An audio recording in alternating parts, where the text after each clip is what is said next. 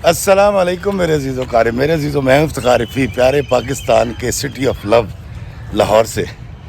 دوستو، آج ایک بڑی دلدوز اور تکلیف دہ کہانی میں آپ کو سنانے جا رہا ہوں، جس کا انجام تو کچھ لوگ اس سے سہمت ہوں گے، مانیں گے، اور کچھ لوگ اعتراض کریں گے۔ دوستو، ہوا یہ کہ میرا جو فیس بک پیج نمبر ہے اس پر کل رات کو ایک لڑکی کی کال آئی، اور اس نے مجھے بتایا کہ اس کی جو عمر ہے وہ تقریباً 38-39 کے قریب ہے، اور اس بچی نے روتے ہوئے مجھے کہا کہ آپ نے یہ واقعہ، یہ کہانی سنانی ہے، اس سے بہت ساری لڑکیوں کا فائدہ ہوگا، اور آپ نے میرا نام بھی لینا ہے اور میرے شوہر کا نام بھی بتانا ہے۔ آپ نے پوری کہانی منو ون سنا دینی ہے، اور میرے علاقے کا نام بھی لیں۔ میں چاہتی ہوں کہ میرے سسرالیوں، میرے سابقہ شوہر اور سب کے کان بھی کھڑے ہوں، اور ان کی بے عزتی بھی ہو، اور ان کو پتہ چلے کہ کسی کی بیٹی کے ساتھ ایسا نہیں کرتے۔ لیکن دوستو، میں اپنی ذمہ داری کا احساس کرتے ہوئے میں نے لڑکی کا نام، اس کے شوہر کا نام، اس کا پیشہ، بہت ساری چیزیں اس لیے بدل دی ہیں تاکہ آپ تک کہانی کا ایسنس پہنچ جائے اور یہ نہ پتہ لگے کہ یہ کہانی کس کی ہے۔ تو دوستو، کل رات کو جس 39 سالہ لڑکی کی مجھے کال آئی تھی، اس کا نام سسی تھا، اور اس کے باپ کا تعلق جنوبی پنجاب سے تھا۔ اس کا باپ کمہار تھا اور مٹی کے برتن بنایا کرتا تھا، اور سسی اس کا اس معاملے میں ساتھ بھی دیتی تھی، اور سسی ساتھ میں پڑھ بھی رہی تھی۔ بڑی خوبصورت تھی وہ بچی، پڑھتے ماشاءاللہ ایک وقت آیا کہ وہ ایم اے کر گئی، اور یہ اپنے خاندان کی 7 پشتوں میں پہلی ایم اے پاس لڑکی تھی۔ اور سسی کیونکہ یونیورسٹی سے ہوا ہی تھی، تو اس کا یہ خیال تھا کہ وہ جو خواب دیکھتی ہے کہ ایک دولہا راجہ آئے گا گھوڑے پر، اس کو بیاہ کر لے جائے گا، یا ایک آسودہ زندگی کا خواب، یا ایک پڑھے لکھے شوہر کا خواب، وہ دیکھنے لگے تھے، اور اس کا خیال تھا کہ یہ خواب اس کا پورا ہونا چاہیے۔ تو دوستو، ہماری سوسائٹی میں ہمیشہ یہ ہوتا ہے کہ ہم بیٹیوں کی شادیاں کرتے ہوئے بڑا اجلت سے کام لیتے ہیں، اور یہ کیوں لیتے ہیں اس پہ کبھی پھر بات کریں گے۔ تو اس کے لیے، سسی کے لیے، ایک 17 سال بڑی عمر کے شخص کا، یاسین کا رشتہ آیا، اور یاسین کے بارے میں پرٹیکولرز یہ تھے کہ وہ انڈر میٹرک تھا، اور دبئی میں کسی شیخ کی گاڑی چلایا کرتا تھا، ڈرائیور تھا، اور اس وقت تقریباً کوئی 1,500 درہم اس کی تنخواہ تھی، اور یہ 2003 یا 4 کے لگ بھگ علاقے اس کی بات ہے یہ۔ اور سسی کیونکہ ماں باپ کے ہر فیصلے کے آگے سر جھکانے والی لڑکی تھی، اس نے بڑے سلیقے سے کوشش کی، بہنوں اور ماں کے ذریعے بات پہنچے باپ تک کہ ایک ڈرائیور ہے۔ لیکن جب باپ کو دیکھا کہ وہ فیصلہ کر چکا ہے، تو سسی کہتی ہے میں نے یہ طے کیا کہ میں اپنے اسی شوہر سے بے تحاشا محبت کروں گی، اور میں نے اپنی وہ ڈیمانڈ جو ذہن میں کہیں تھی، خواہش کہ میرا شوہر بھی ایم اے پاس ہو اور اچھی سی انگریزی بولتا، وہ اس نے نکال دی، اور اس نے یاسین کے ساتھ، جو کہ 17-18 سال بڑا تھا، شادی کر لی۔ یاسین 1 مہینہ اس کے ساتھ رہا، بڑا کرخت مزاج آدمی تھا بقول اس کے، اور 1 مہینے کے بعد وہ چلا گیا۔ اب سسی سسرال میں رہ رہی تھی، ساس جتنے کام ہوتے تھے گھر کے وہ اس سے کرواتی تھی، اور وہ کرتی تھی۔ ہمارے یہاں رواج ہی ہے۔ سسی کہتی ہے کہ میری ساس بڑی سخت تھی، اور میرے دیور، میرے جیٹھ بھی بے تحاشا گھر کے کام لیتے تھے، اور میں نے کبھی انکار نہیں کیا، اور میں یہ سوچا کرتی تھی کہ میرا شوہر یاسین جو ہے، جب یہ مجھے لے جائے گا اپنے ساتھ یا پاکستان واپس آ جائے گا، تو ہم ایک بڑی اور طرح کی زندگی گزاریں گے۔ اسی اسنا میں سسی کے یہاں اللہ تعالیٰ نے ایک اس کو بیٹی عطا کی۔ اس نے اپنی بیٹی کا نام کوثر رکھا، اور سسی کہتی ہے کہ میں بہت خوش تھی، اور کہتی کوثر کے آتی میرے ذہن میں خواہش پیدا ہوئی کہ اپنے شوہر سے کہوں تو واپس پاکستان آ جا، میں بھی جاب کر لوں گی، میں پڑھی لکھی ہوں، ہم مل کے کوئی کاروبار کر سکتے ہیں، تو ہم ایک ساتھ رہیں تو زیادہ بہتر ہے۔ سسی کہتی ہے کہ مجھے بڑی مایوسی ہوئی کہ یاسین نے پاکستان نہ آنے کا فیصلہ کیا۔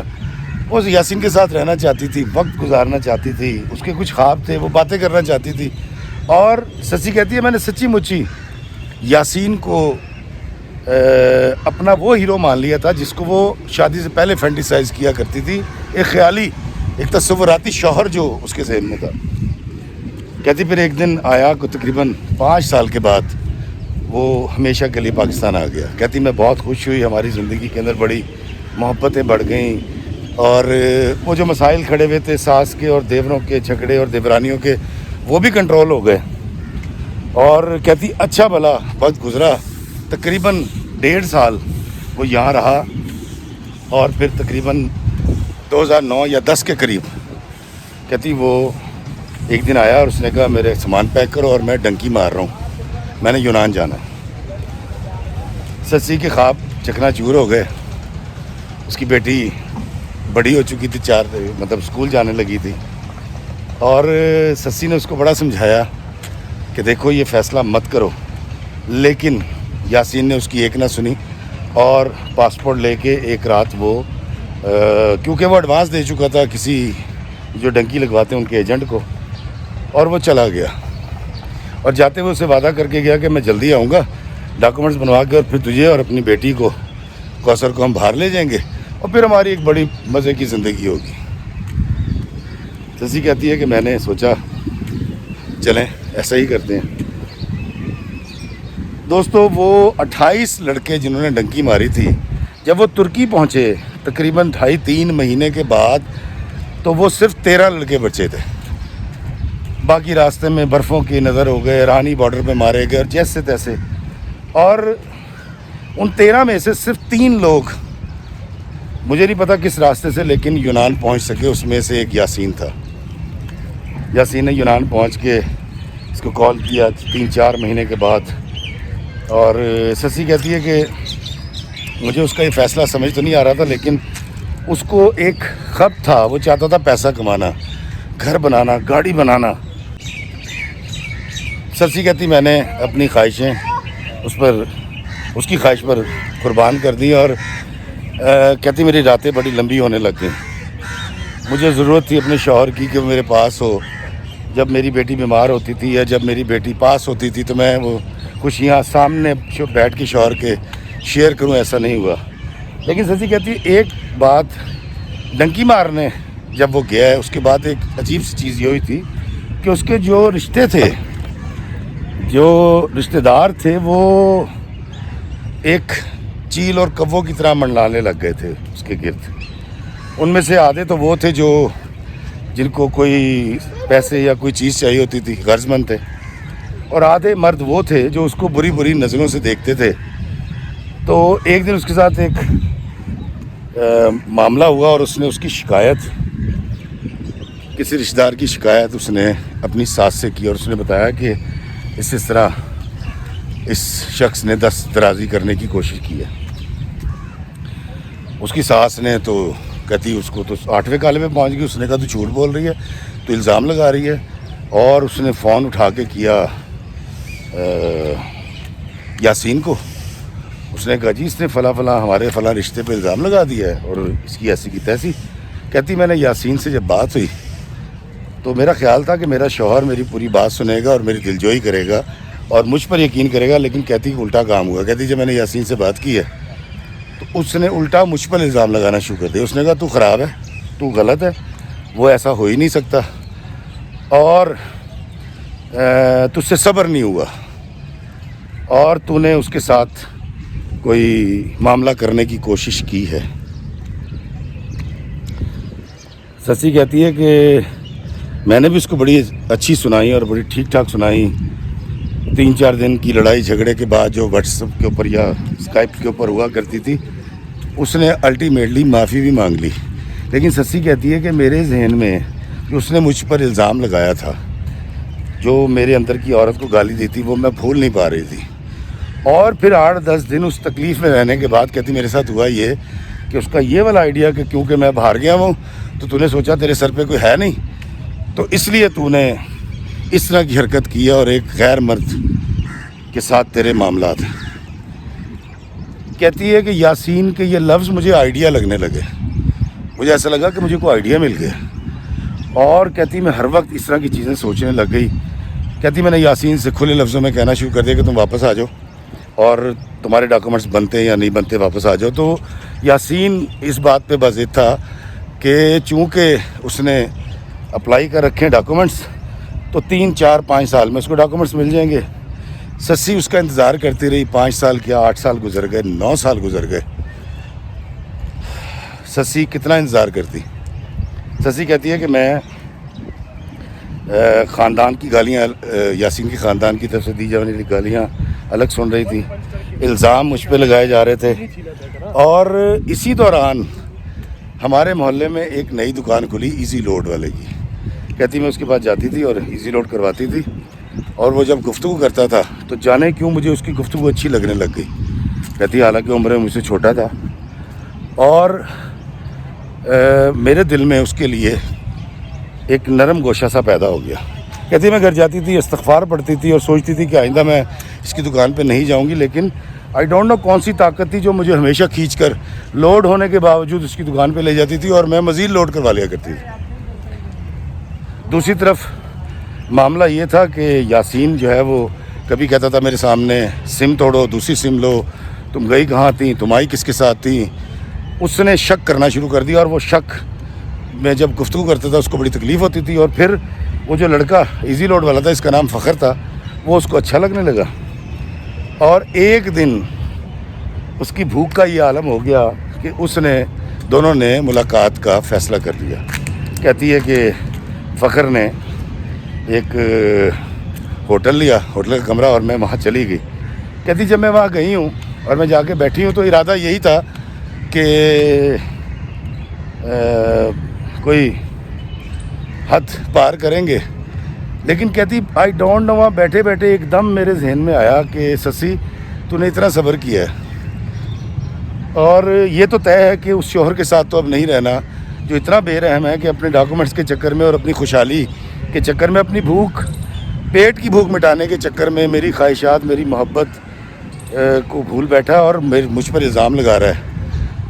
لیکن میں نے اس کے ساتھ تو نہیں رہنا, لیکن اس کے ساتھ بھی میں نے کوئی ایسا معاملہ نہیں کرنا جو ہمارا دین اجازت نہ دیتا ہوں, اخلاقیات اجازت نہ دیتی ہوں. سسی کہتی ہے کہ مجھ پر اللہ کا کرم ہوا, میں وہاں سے اٹھی اور میں نے دروازہ کھولا اور میں کچھ کہے بغیر فخر کو وہاں سے واپس آ گئی. دوستو, سسی نے اپنی بہن کے شوہر سے مشورہ کیا جو کہ وکیل تھا, اور اس وکیل نے اس کو کہا کہ دیکھ تو اس سے بات کر, سمجھا اس کو, اگر وہ آتا ہے ویل اینڈ گڈ, اگر نہیں آتا اور وہ ڈاکومنٹس کا انتظار کرے گا تو پھر میں تمہیں کھلا لے دوں گا. وہی اس نے بیچارے نے کہا آنا تھا. یاسین تو بیچارے اس کو 7 8 سال ہو گئے تھے, وہ ویٹ کر رہا تھا اس کو ڈاکومنٹس مل جائیں. اس نے خلا کا دعویٰ دائر کیا, یاسین کو بتایا, یاسین واپس نہیں آیا. یاسین کے گھر والوں کو نوٹس ملے, یاسین واپس نہیں آیا. یاسین اپنی 7 8 10 سال کی جو بھی خواہش تھی اس کو قربان نہیں کرنا چاہتا تھا, لیکن وہ یہ بھول گیا تھا کہ سسی بھی انسان ہے, اس کی بیوی ہے, اس کی بھی خواہشات ہیں, اور ان خواہشات کو اس نے بالِ طاق رکھ دیا تھا. دوستو, عدالت نے 2.5 مہینے میں فیصلہ کیا اور سسی کو عدالت سے خلا مل گیا. سسی نے فخر سے جا کے سیدھی بات کی, تم مجھ سے عمر میں چھوٹے ہو, 10 یا 12 جتنے سال بھی چھوٹے ہو, مجھ سے شادی کرنا چاہتے ہو؟ فخر نے کہا ہاں جی میں آپ سے شادی کروں گا. اور دوستو, سسی نے فخر کے ساتھ خلا لینے کے بعد شادی کر لی. اور سسی کا کہنا یہ ہے کہ اس کو لگتا ہے کہ اس نے بڑی دیر سے یہ فیصلہ کیا. جب اس نے نئی نئی ڈنکی ماری تھی اور سسی اس کو بلانا چاہتی تھی واپس کو, تبھی یہ کام کر لینا چاہیے تھا کہ اب اس سے صبر نہیں ہو پا رہا تھا. لیکن پھر بھی اس نے تقریباً کم و بیش کوئی 15 16 سال صبر کیا. آج سسی بہت خوش ہے, اور وہ کہتی ہے کہ اگر کسی کو اس تکلیف سے گزرنا پڑ رہا ہے, یا وہ بہنیں یا وہ بھائی جو نادانستہ اپنی بیویوں کو تکلیف دے رہے ہیں, یا وہ بہنیں جو اس سے سفر کر رہی ہیں, وہ کائنڈلی اس رشتے کی مضبوطی, اس کی طاقت کو سمجھیں, اور محبت کے ساتھ زندگی گزارنا بہتر ہے بجائے اس کے کہ آپ پیسے کے ساتھ زندگی گزاریں لیکن وہاں محبت نہ ہو. تو سسی کا کہنا تھا کہ سر کے سائیں کا سر پر ہونا بہت ضروری ہے. اور مزے کی بات یہ ہے کہ سسی کی بیٹی جو کہ اب کسی کالج میں پڑھتی ہے, اس نے بھی اس رشتے کو قبول کر لیا. اور وہ بڑی خوش ہے ماں کی شادی سے۔ دوستوں، سسی کی کہانی کچھ رد و بدل کے ساتھ میں نے آپ کو سنا دی ہے، اور پیسہ کمانے کی حالات بدلنے کی دھن، پیٹ کی بھوک مٹانے کی دھن ہمیں باہر تو لے جاتی ہے، لیکن ہم اس دھن میں پیسہ کمانے کے چکر میں رشتے گوا دیتے ہیں۔ اور میں اکثر کہتا ہوں کہ جب انسان پیٹ سے بھوکا ہوتا ہے تو وہ چوری کرتا ہے، مانگتا ہے، چھینتا ہے، لیکن سسی بھوکی ضرور تھی، نہ اس نے چھینا، نہ مانگا، نہ چوری کیا۔ اللہ میں آسانیاں عطا فرمائے اور آسانیاں تقسیم کرنے کا شرف عطا فرمائے، آمین۔ السلام علیکم ورحمۃ اللہ وبرکاتہ۔